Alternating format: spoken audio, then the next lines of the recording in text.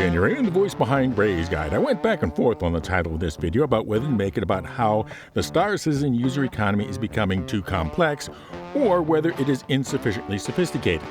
And having said that, your reaction might be, well, which is it? And it is both. In a well-designed user-facing economy, sophistication ideally serves to reduce complexity.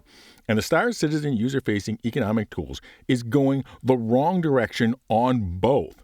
Now, bear in mind, I am talking today as the user-facing game economy of player-to-environment, P2E, and player-to-player, P2P transactions, and not the behind-the-scenes economic simulation, StarSim, which I've also written on several times in the past and will undoubtedly write more on in the future. Beneficial sophistication in a game or real-life economic tool serves to do three things: decrease friction, create trust, and decrease barriers to access. So the best way to illustrate this is, well, with my own life. When I was a child, my entire economy was cash-based. On the rare occasions I received a check, I had to ride my bicycle to the S&L on the day and time that it was open and stand in a line with the little passbook the bank recorded my transactions in. When I left home for college, I opened a student checking account, and soon I was buying almost everything with checks because, well, it was better. Upon graduation and having a regular job, I was able to get a credit card, and pretty soon I was doing everything that I used to do with checks with a credit card, which went from physical embossing to swiping a magnetic stripe to using an embedded chip to just waving it or your phone near the reader. And it was just easier. And now, even just the act of buying most things doesn't even require any physical act at all. I say, "Hey, Alexa," and whatever I desire can arrive. With just a few minutes in Venmo or Zelle, I can just, as an individual, conduct transactions in any currency to and from any person on Earth in any currency on Earth with zero friction, high trust, and no barrier at all to entry. So, for example, I just pledged to a Kickstarter for an MMO, more on that in another video, to a British company in pounds, and they instantly get pounds. Dollars are instantly withdrawn from my account, and only a click of the mouse. So let's move on from the last 50 years of radical progress in decreasing friction, increasing trust, and removing barriers to entry to the next 500 years and ask a simple question. How many currencies do we have in the game? The answer right now is at least 5. We have good old UEC, we have Klesher Prison Merits, we have 2, eventually 6 guild credits, and we have Wicklow favor. And none of these are directly exchangeable to any other, and all but 2 of them, the only way to exchange them is to physically take them to a location and drop them on the ground and have the recipient pick them up from the ground. In other words, not even how I behaved as a child. Not only that, but these physical currencies, unlike every coinage system since ancient Babylon, only comes in a single size. There is no 5 credit bar or 10 credit bar, and if there were, the only way to exchange them would be accept a mission, throw the bars on the floor of the freight elevator or equivalent, and complete the mission and get the returning bars into my inventory. And bear in mind that the crafting system is expected in the future that we'll be getting manufacturing rights for particular items from the guilds, apparently purchasing them with these physical guild credits. You can then use this reputation as a currency to purchase guild-affiliated rewards, like ships, blueprints, and items. So you can expect that for certain particularly valuable blueprints, you will be needing to be carrying literally thousands of guild bars and throwing them in a giant heap on some sort of freight elevator. And bear in mind, having them be physical means that they are also lootable and griefable. Moreover, since they are represented as physical items, that means every single guild credit bar and every single Wicklow favor must be a separate entity in the entity graph database, vastly and unnecessarily increasing the size of this critical technical component of the game. For comparison, imagine creating a banking system where, rather than account balances, you had every single dollar bill and you tracked the position and possession of every single dollar bill based on its serial number. That would be absolutely ludicrous way to do it, and yet that is what they are doing with guild credits and Wicklow favor. It isn't as though CIG doesn't know how to do it right, because it's already done so. We have good old UEC, and the code base already is capable of supporting multiple currencies since it is also used for Kleschermehr. So why are we 500 years from now using this ridiculous, prehistoric, and clumsy data clogging physicalized system and of single individual coinage? And not some contrived rationalization in lore, but actually, why such a bad design when the better designed code base of UEC is available? The answer, I believe, was found in the particular situation of Star Citizen development in 2025. When Squadron became feature complete, CIG had a whole bunch of Squadron content builders who, except for the PU, had nothing that they could work on. Meanwhile, the best game system programmers were moved to debugging and polishing Squadron exclusively.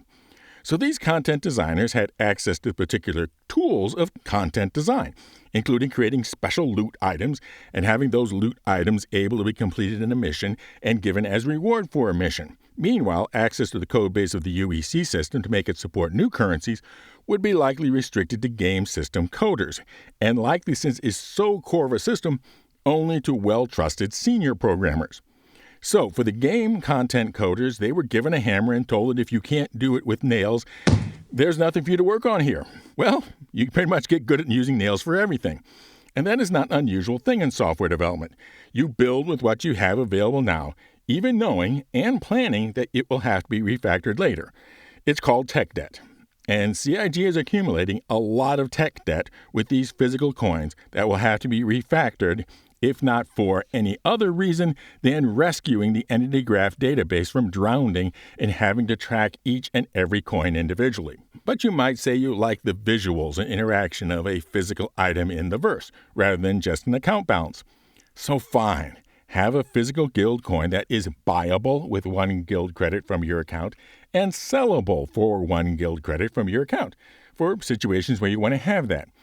So you don't have to track every single coin in the verse individually just so you can have an occasional visible prop. Now let me segue to a user-driven website, UEX, whose purpose is apparently to valiantly create the convenience features that CIG hasn't. First with a database of commodity buy and sell prices and locations, and now with player-to-player marketplace. So let's see here, 1 million AUEC for an Interceptor helmet. Now, leaving aside whether this is a fair price or not, how exactly is this P2P exchange supposed to happen? First of all, we have to arrange to be in the same place, in the same time, on the same shard, in the same region. Then I am supposed to send them 1 million UEC and trust that they will throw the agreed-upon helmet on the ground. Or are they supposed to throw the agreed-upon helmet on the ground and then hope that I am going to follow through with the UEC? Who has responsibility if it falls through the floor, or someone grabs it from the floor before I can, or 1,000 other possibilities that I will leave for your imagination to leave in the comments? Remember that the triple goals of economic sophistication are decreased friction, increased trust, and lower barriers to entry. And this UEX workaround for what should be in the core systems of the game fails on all three. And I don't blame UEX for this.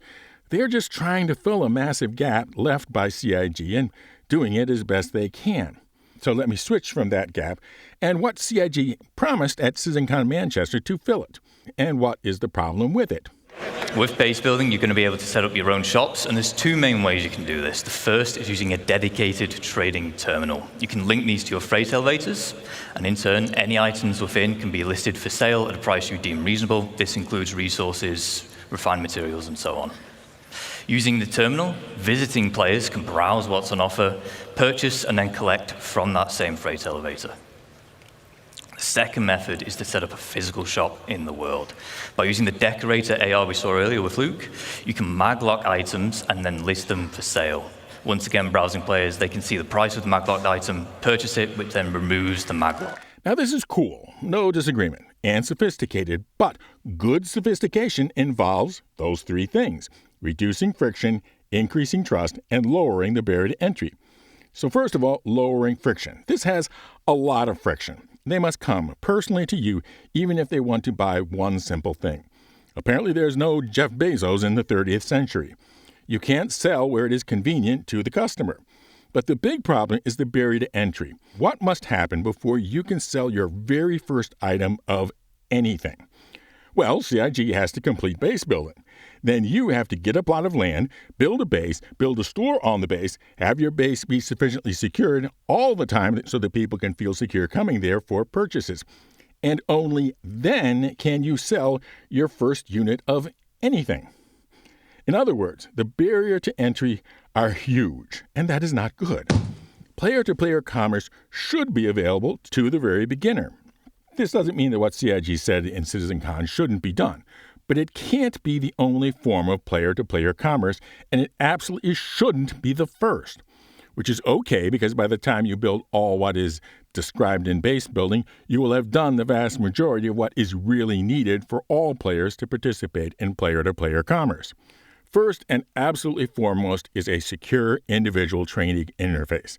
If you absolutely must have something in the game, although you don't have to, have some sort of double-sided version of the storage kiosk. They drag from their side to the part of the exchange area, including quantities of currency balance, and the other player does the same. When both sides lock their trades in, there is a timer that either side can back out, and then everything is transacted. This has been a basic feature of every MMO since Ultima Online, and the lack of it being in Star Citizen after so many years is just absurd. This is a wheel that does not have to be reinvented, but is also absolutely essential for this card. But to eliminate friction in player-to-player commerce, something else is also needed, and that is a consignment store. Also something that almost every MMO has a version of. I would put a terminal right in the hangar allowing you to pull things from your station inventory to the store and then give them a price. Just like the kiosks they described for player bases, but located at a space station, and the sale kiosk would be either integrated with the commodity trading terminal or more likely a separate terminal in the Galleria area. The station, of course, would take a percentage of the sale, so there would still be an incentive to eventually build that base you want, but it must be possible for those that aren't ready to surmount the barrier of entry of building a base, and for those who want the convenience of not having to travel to a location just to buy one thing. Now for the update on our giveaways. We have our video contest running until the September release, whatever that actual release number is, with the reward being the amazing all-encompassing assault lander, the Asgard, or the terrifying tactical terrier, the Starlancer Tact. Look at the reference video for the contest rules. Then we have our regular annual IAE Week giveaway for the shiny stainless steel series shipping ship, the Starlancer Max. And then the Go to the Challenge ship giveaway for the winner's choice of the marvelous multi-role mining meta, the Arasta, or the Banu Big Box Bargain Bazaar, the Merchantman. 1 entry per video for those 2 drawings. Be a member for automatic entry with each video, or just subscribe and comment with the secret word. And the secret word for this video is any of the big 3 things that good sophistication accomplishes in an economic system. Fly safe, keep it real, and I'll see you in the verse. This is Daniel Raymond for Ray's Guide.